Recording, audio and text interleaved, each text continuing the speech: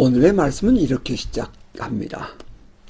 그러므로 예수께서 자기를 믿는 유대인들에게 이르시되 너희가 내 말에 거하면 참으로 내 제자가 되고 진리를 알지니 진리가 너희를 자유롭게 하리라. 이 말씀은 저에게 특별한 의미를 가진 간증이 있는 말씀입니다. 진리를 알지니 진리가 너희를 자유롭게 하리라. 이 말씀은 연세대학교의 교훈이기도 하지만 많은 기독교 사학의 교훈이거나 혹은 학교 설립의 이유가 되기도 하죠. 진리가 너희를 자유케 하리라. 아직 문명에서 깨어나지 못한 나라에 기독교의 복음을 전하기 위해 들어간 선교사님들은 그 문맹 퇴치 운동의 일환으로 학교를 세웁니다. 그때 가장 많이 사용되는 성구가 바로 이 구절, 진리가 너희를 자유롭게 하리라 하는 구절이죠. 처음에 학교를 세울 때에는 신앙적이고 또 복음적인 목적으로 이 구절을 인용합니다. 하지만 이제 시간이 지나면서 이 구절은 성경에서 말하는 진리와는 거리가 먼 그 철학적인 명제로서의 진리로 의미가 바뀌게 되죠. 고국에서 우리가 자랄 때 이런 말이 있었습니다. 배워야 한다. 배워야 알 수 있다. 그러면서 하는 말이 알아야 면장도 해먹지. 또는 아는 것이 힘이다. 이런 말이었습니다. 프란시스 베이컨이라는 인간 중심주의 철학자는 인간만이 모든 도덕의 중심이고 인간 이외의 모든 것들은 인간을 이롭게 할 때만 가치가 있다. 이렇게 말한 바가 있습니다. 그래서 그는 과학을 활용해서 인간의 복지를 증진하도록 해야 한다. 그렇게 말을 하면서 아는 것이 힘이다. 라고 말을 했답니다. 인본주의 철학자죠. 중세 교회의 타락의 결과는 이 두 방향으로 나타나는데요. 하나는 신본주의의 회복 혹은 하나님 중심 신앙으로의 개혁을 주장하면서 일어나는 종교개혁이고요. 타락한 교회는 잘못되었다 하면서 그 반대편에서 일어나는 운동이 인본주의에 의한 그런 계몽주의와 산업혁명이었습니다. 이성주의 활동이었죠. 신본주의에 반발하여 일어나는 인본주의는 프랑스를 비롯한 그 유럽 대륙에서는 계몽주의로 발전하고요. 그것이 이제 영국으로 건너가서는 이성주의를 자극하고 이성주의와 인간중심주의로 발전하며 산업혁명의 철학적인 기반을 조성해 줍니다. 이로 인해서 인본주의적인 학문 활동이 왕성하게 일어나게 되는데 이것이 복음주의적인 학문 활동을 대체함으로 이제 세계적인 큰 변화를 초래하게 된답니다. 사실 현대 교육의 아버지라 일컬어지는 요한 아모스 코메니우스는 이 썬데이 스쿨의 그 효과적인 교육을 위해서 에이지 그룹이라는 것을 주장하게 됩니다. 그런데 이 에이지 그룹이 일반 학교 교육에도 영향을 주고 이제 각급 학교가 등장하게 되는 것입니다. 프라이머리 스쿨, 초등학교, 인터미디어 스쿨, 혹은 칼리지 혹은 하이스쿨, 그리고 또 유니버시티. 이러한 그 에이지 그룹에 맞는 교육이 이루어지기 시작한 것은 바로 이 썬데이 스쿨을 효과적으로 만들기 위하여 요한 아모스 코메니우스가 주장했던 그런 내용인 것입니다. 일반 학교 교육의 내용도 처음엔 성경을 가르치고 또 그런 복음적인 시각으로 이 사회를 이해하고 학문을 하는 그런 것을 목적으로 시작을 했는데요. 그런데 이제 후에 일반적인 그 인본주의 철학에 기초한 학문이 그 복음적인 그 이 철학을 가진 그런 학문을 대체하게 된다는 것입니다. 하나님 중심의 신본주의를 거부하는 인본주의 사상과 철학은 이제 학문 세계에서 하나님을 빼고 그 자리에 인간들을 집어넣음으로 인간 중심주의를 극대화하였습니다. 사실 그 결과로 인간 이성은 또 활발하게 활동을 했고요. 산업혁명이라는 놀라운 세기의 변화를 가져온 바가 있죠. 자, 어쩌면 지금 이 세계가 맡고 있는 세계적인 팬데믹과 그에 따르는 변화는 또 하나의 인간 이성을 자극하고 또 새로운 세계를 꿈꾸는 인간들의 활동이라고 우리도 이해할 수도 있지 않을까 싶습니다. 여기서 저는 여러분에게 지난날 이미 일어났던 이 세계적인 신앙의 대부흥, 리바이벌 말입니다. 이런 신앙의 대부흥은 지난 10년, 20년 동안 일어났던 이런 신앙의 대부흥은 지금의 팬데믹과 어떤 관계가 있을까? 질문을 던져봅니다. 하나님의 나타나심과 임재로 말미암은 그 세계적인 영적 대부흥, Great Revival은 지금의 팬데믹과는 전혀 무관한 것이었을까? 라는 그런 질문인 거죠. 자, 어쨌든 간에 이러한 인간 이성을 자극하고 학문 활동을 지지하는 성구가 바로 이 요한복음 8장 32절에 진리가 너희를 자유케 하리라 라는 말씀입니다. 자, 어쩌면 오늘 이 시대를 살아간 대부분의 사람들에게 아주 평범한 진리로 받아들여지고 있는 내용이 바로 이 구절이 아닌가 저는 그렇게 생각합니다. 자, 그런데 저에게 이 말씀이 전혀 새로운 감동으로 온 때가 있었습니다. 한참 성령의 은혜로 놀라운 영적 부흥을 체험하고 있을 때였지요. 그때 내 안에 밀려오는 것은 자유로움, 자유함이었습니다. 세상에선 감당할 수 없는 영적인 자유로움, 하나님의 은혜로라고밖에 말할 수 없는 그런 자유함이 제게 있었습니다. 영적이며 하나님만이 하실 수 있는 초자연적인 일들이 예수 그리스도의 이름으로 일어났습니다.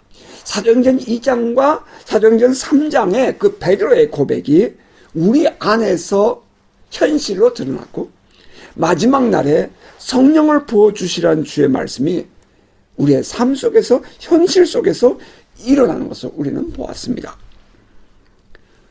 그때 우리가 누렸던 은혜는 가히 초대교회 성도들과 사도들이 경험했던 자유로움과 담대함이 아니었을까?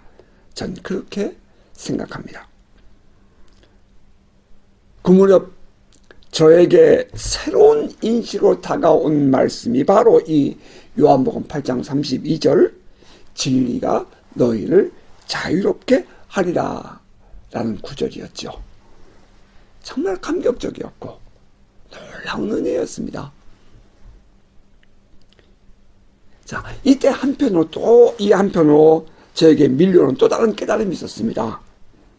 그것은 자유함이란 방종이 아니라는 것입니다. 자유는 방종과 구별되어야 합니다.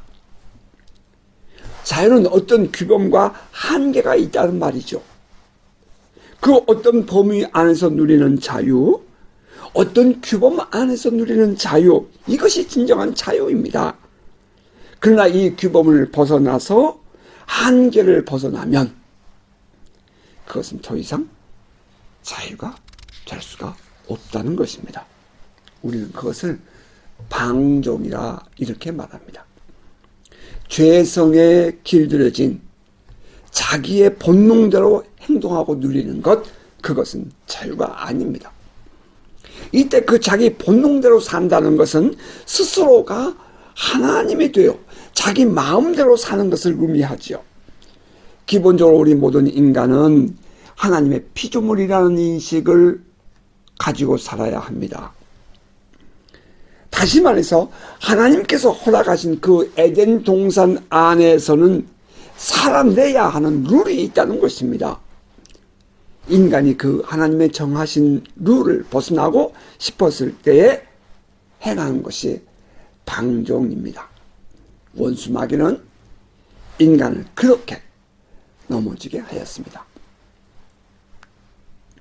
어쩌면 이것이 인간이 지켜야 하는 하나님에서의 삶의 법이고 하나님의 말씀인 것입니다. 그 안에 살 때에 우리는 자유로울 수 있습니다. 그 한계, 그 규범, 그 하나님의 말씀을 벗어나는 것이 방종이고 또 하나님의 영광을 탐하는 인간들의 타락한 죄성의 결과가 바로 방종인 것입니다. 저는 솔직히 그 무렵 신앙인들 속에서 인식론적인 신앙의 허구를 보았고 또 한편 은사주의자들의 좀 미안하지만 거짓들도 보았습니다. 그리고 이 세상에서 이 많은 사람들의 마음을 이 지식과 마음을 빼앗아가고 있는 사상적인 이즘, 그것의 허구를 저는 또한 깨달았답니다. 보수주의가 어떻고 진보주의가 어떻고 자유주의, 독재주의, 사회주의, 공산주의, 민주주의 뭐 이런 모든 것들, 이 모든 이데올로기는 허구요, 거짓이라는 것입니다. 살아계신 하나님을 만나고 경험하고 나니 더 이상 참된 진리는 없다는 것을 체험적으로 깨달았습니다. 살아계신 하나님, 그분만이 진리였습니다. 그분을 보여주시는 분, 예수 그리스도와 성령 하나님만이 참된 진리였습니다. 그분 안에 머무를 때에 우리의 삶은 변화가 일어났고 또 진정한 자유로움이 있었습니다. 저는 지금도 그분에 대한 목마름으로 하루하루를 살고 있음을 고백하지 않을 수 없습니다. 예수는 자기를 믿는 유대인들에게 말합니다. 너희가 내 말에 거하면 참으로 내 제자가 되고 진리를 알지니 진리가 너희를 자유롭게 하리라. 내 말이 너희 안에 거하면입니다. 예수를 인격적으로 받아들이고 예수의 가르침과 말씀을 삶에서 실천하는 것을 의미하지요. 사실 이 말씀이 바로 우리의 신앙생활을 정해주는 규범이랍니다. 우리가 신앙인으로서의 삶을 살기 위해서는 예수의 가르침을 바르게 깨닫고 실천하는 것이 중요합니다.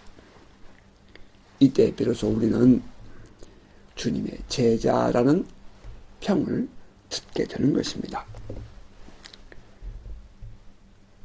그리고 주의 말씀 안에 머물러 있으면 진리를 깨닫게 돼요. 그리고 그 진리는 말씀일 수도 있고요. 또 그 말씀이 보여주는 분, 바로 그 하나님이실 수도 있습니다. 살아계신 하나님, 삼위일체의 하나님이 참된 진리입니다. 이 진리이신 하나님이 우리를 자유롭게 합니다. 자, 또 한편 사도 바울은 고린도에 보낸 두 번째 편지에서 이렇게 말한 바도 있습니다. 고린도후서 3장 17절인데요. 주는 영이시니 주의 영이 계신 곳에는 자유가 있느니라. 그렇습니다. 저는 이 말씀 안에서 우리는 영적 대각성 운동에서 경험하는 그 자유함의 근본적인 원인이 바로 이것이라는 사실을 깨닫게 되었습니다. 그것은 주의 영이 계신 곳에는 자유함이 있다 하는 말입니다. 성령이 함께 하시는 곳, 성령의 임재가 있고 하나님의 영광의 나타나심이 있는 곳에 진정한 자유가 있습니다.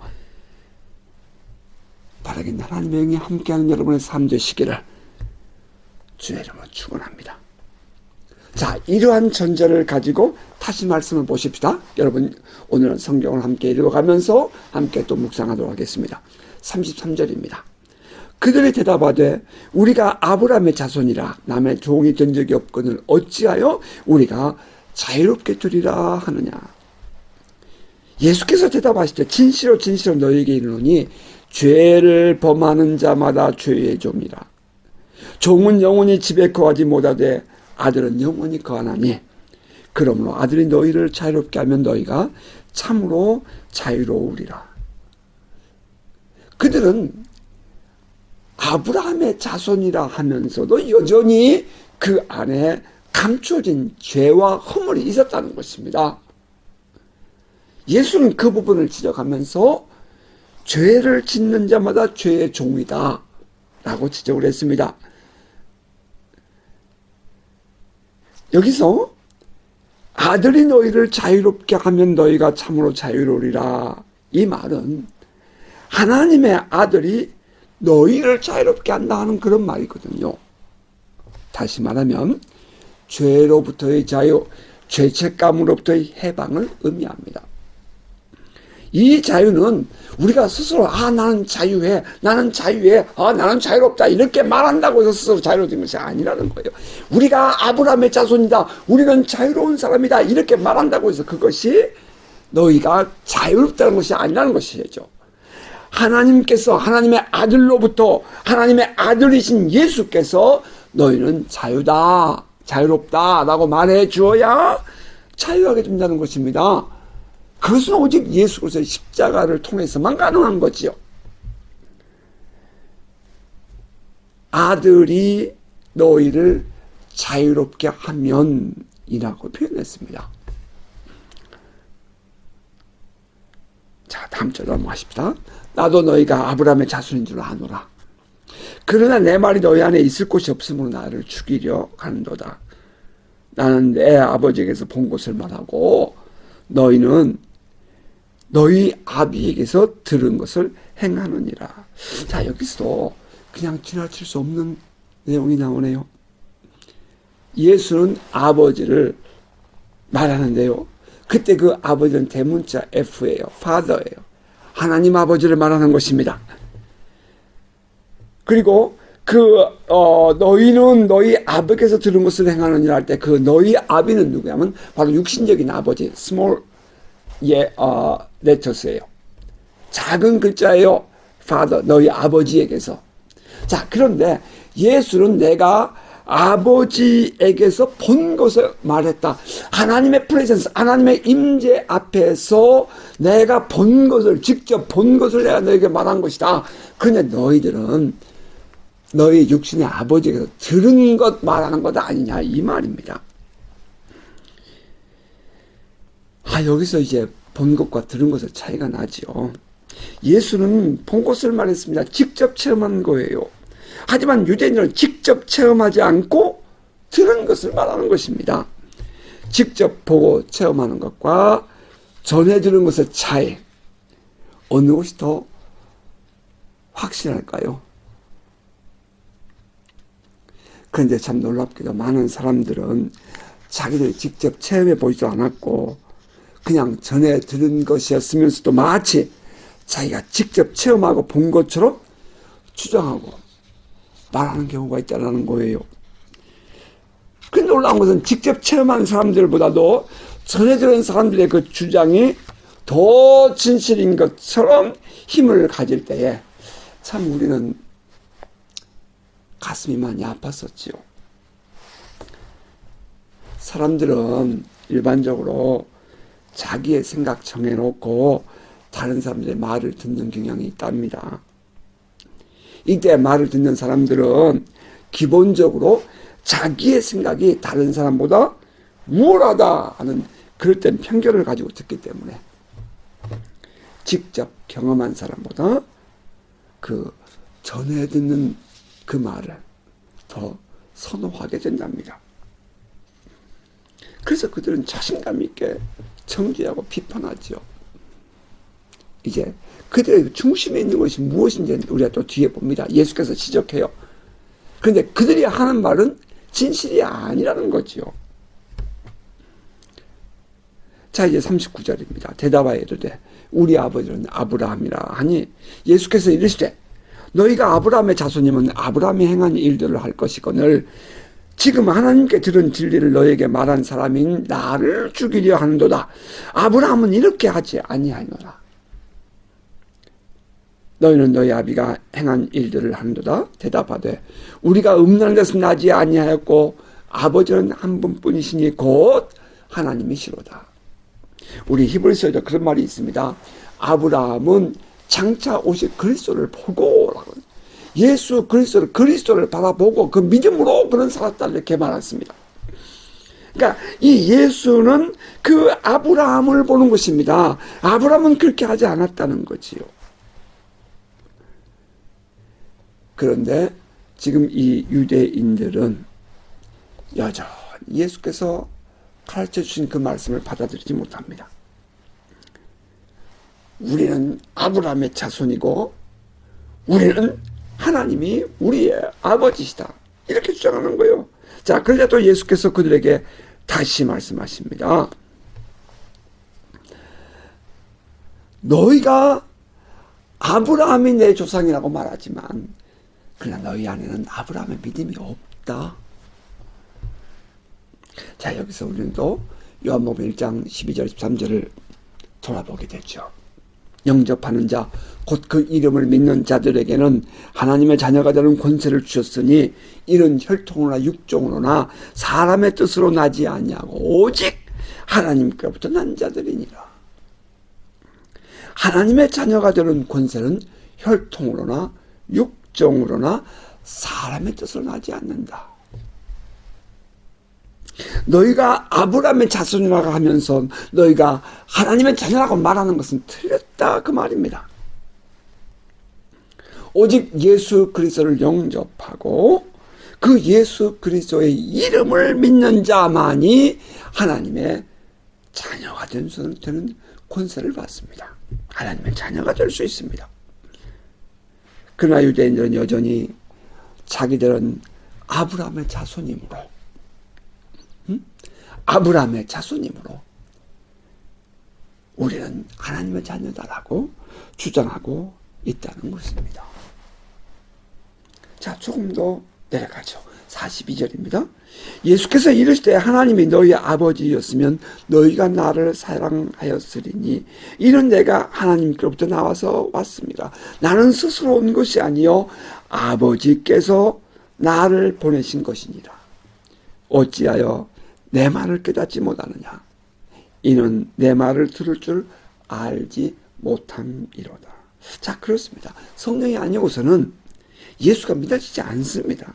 아무리 가르쳐주고 아무리 그를 잘 설득해 주어도 깨달을 수 없습니다. 하늘의 진리는 성령으로만 깨달을 수 있기 때문입니다. 자꾸 강조하면 실증나요. 화가 납니다. 분노심이 생기는 거예요. 믿음이 없으니까 그렇지요. 성령으로 거듭나지 못했기 때문입니다. 이 성령으로 거듭나는 것이 얼마나 중요한지 여러분 아십니까? 성령으로 거듭나는 은혜가 있기를 주 여러분 축복합니다.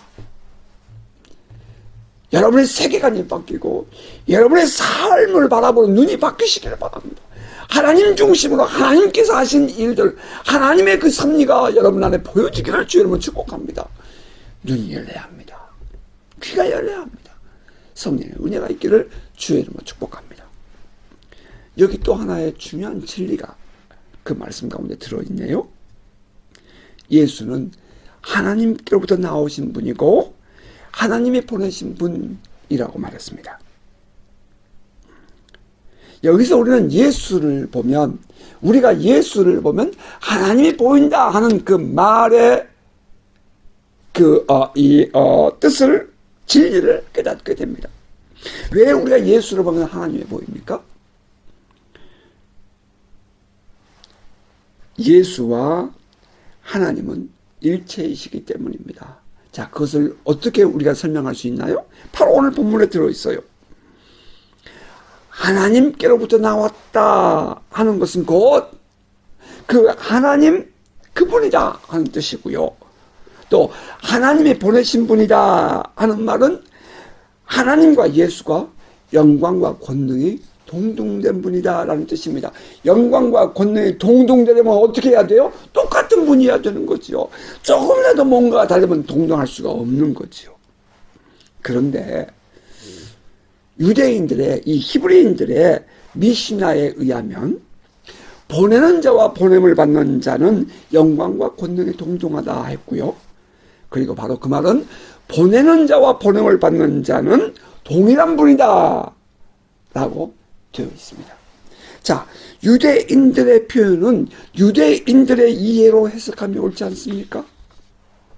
예수께서 유대인들에게 나는 하나님에게서 나왔고 하나님의 보내심을 받은 자다라고 말씀하셨습니다. 자, 그렇다면 그것은 유대인들의 이해로 해석해야 합니다. 다시 말해서 이 말은 예수 스스로 나는 하나님과 영광과 권능이 동등한 하나님의 아들 곧 성자 그리스도라고 말을 하신 것입니다.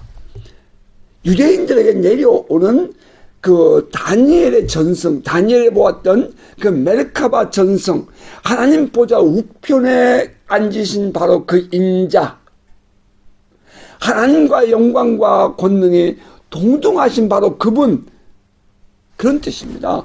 바로 동등하라면 똑같은 분이어야 되는 거지요. 아버지와 아들은 절대로 똑같을 수는 없지요. 그러나 이 성경에서 말하고 있는 하나님과 그 인자, 하나님 Son of God, Son of Man, 그 하나님의 아들은 영광과 권능이 동등하다 했습니다. 그것은 다시 말하면 바로 그분이라 이 말이에요.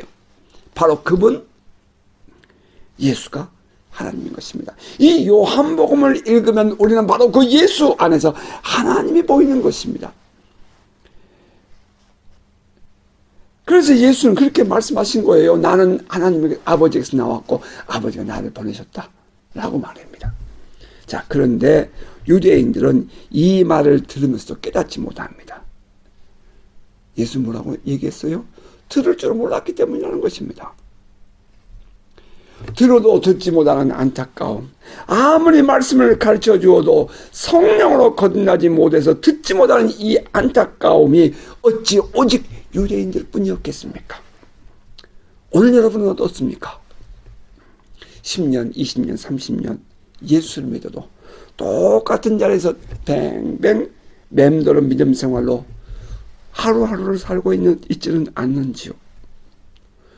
어떻게 그렇게 살면서 그 하나님의 은혜를 맛보아할 수 있다는 말입니까? 성령께서 여러분을 만나주시고 깨워주시는 은혜가 있기를 주의 이름으로 축복합니다.